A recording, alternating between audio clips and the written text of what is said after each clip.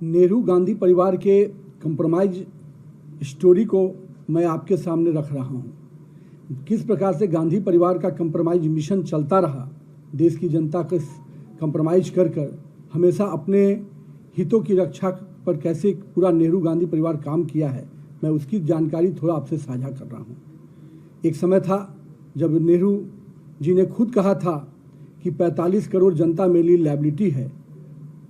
इस एक प्रधानमंत्री के रूप में ये शब्द कितना बड़ा धोखा है देश की जनता के साथ, और उनका किस प्रकार से संबंध रहा विदेशी ताकतों के साथ वो हम सबको ही जानते हैं।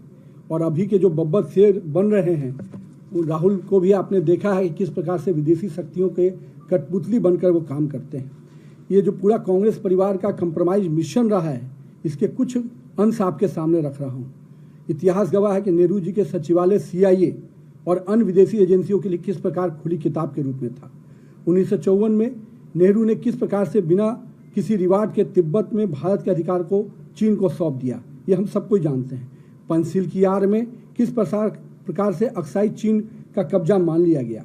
यूनाइटेड नेशन सिक्योरिटी काउंसिल में किस प्रकार से पत्र लिखकर चीन को स्थायी सीट देने की वकालत की गई, ये हम सब ने देखा है नेहरू का कंप्रोमाइज मिशन।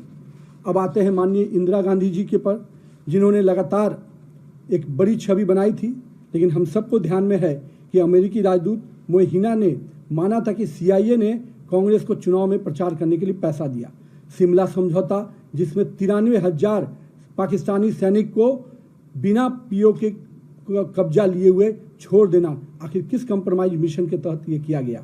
राजनीतिक रूप से कच्चा टीपू जो है श्रीलंका का, उसको किस प्रकार से उपहार स्वरूप श्रीलंका को दे देना इंदिरा गांधी के कंप्रोमाइज मिशन की स्टोरी बताता है।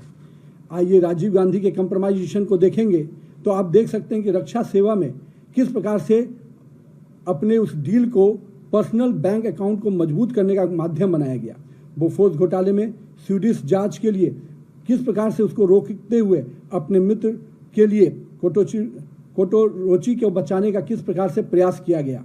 हम लोगों ने देखा कि भोपाल गैस कांड में हजारों भारतीयों के हत्यारे वोरेन एडरसन को राजकीय विमान से सुरक्षित देश से बाहर करना आखिर इस कंप्रोमाइज मिशन का कहानी को ही न बताता है। और इसके बाद सोनिया गांधी जी का, जिनका पूरा राजनीतिक अगर आप देख सकते हैं तो 2004 से 14 के बीच में नेशनल एडवाइजरी काउंसिल के माध्यम से सुपर PM बनकर समांतर सरकार और कैबिनेट का संचालन करना निश्चित रूप से कंप्रोमाइज PM का मिशन जो कांग्रेस का था उसको पूरा कर रही थी। और आप उसी कालखंड में आपको ध्यान में होगा, राजीव गांधी फाउंडेशन को चीन की सरकार और जॉर्ज सोरोस के नेटवर्क से फंडिंग कराना, किस कंप्रोमाइज मिशन के तहत ये काम किया गया। चीनी कम्युनिस्ट पार्टी के साथ कौन सा गुप्त समझौता किया गया, निश्चित रूप से ये उनके कंप्रोमाइज मिशन की झलक है। अब आते हैं जो निगेटिव पॉलिटिक्स के पोस्टर बॉय हैं, राहुल गांधी जी 247 से अधिक विदेशी यात्राएं किए, पर उनमें से अधिकांश यात्राओं को सुरक्षा एजेंसियों को उसकी जानकारी नहीं देना आखिर किस कंप्रोमाइज मिशन के तहत हो रहा था। विदेश जाकर भारत विरोधी इल्हान अमर और सोरस जैसे करीबियों से मिलना और उनके इशारे पर भारत में ओछी राजनीति करना, ये किस मिशन के तहत हो रहा था। हम लोगों ने देखा था लद्दाख के सेंसिटिव बॉर्डर एरिया में भी किस प्रकार से शाकिर मेराली जैसे विदेशी नागरिकों के साथ घूमना, जिसका पूरा कैरियर सोरोस समर्थित पूंजीपतियों के जो चीनी और पाकिस्तानी एजेंसियों का पैसा देने का काम करता है, उन एजेंसियों के साथ जिसका मिली भगत है, उसके लिए आप काम कर रहे थे।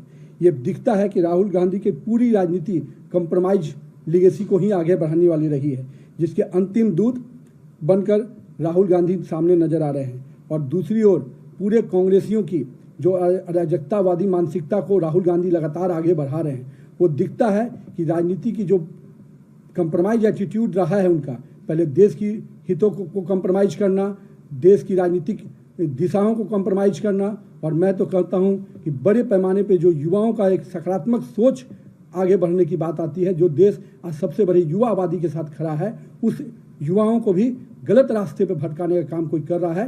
तो ये सोनिया, राहुल और जो कंप्रोमाइज मिशन के तहत चल रहा है भारत के लिए, वो निश्चित रूप से हम सबको सचेत होने की बात है। और मैं तो मानता हूं कि भारत की जनता इनके कंप्रोमाइज मिशन को समझ चुकी है।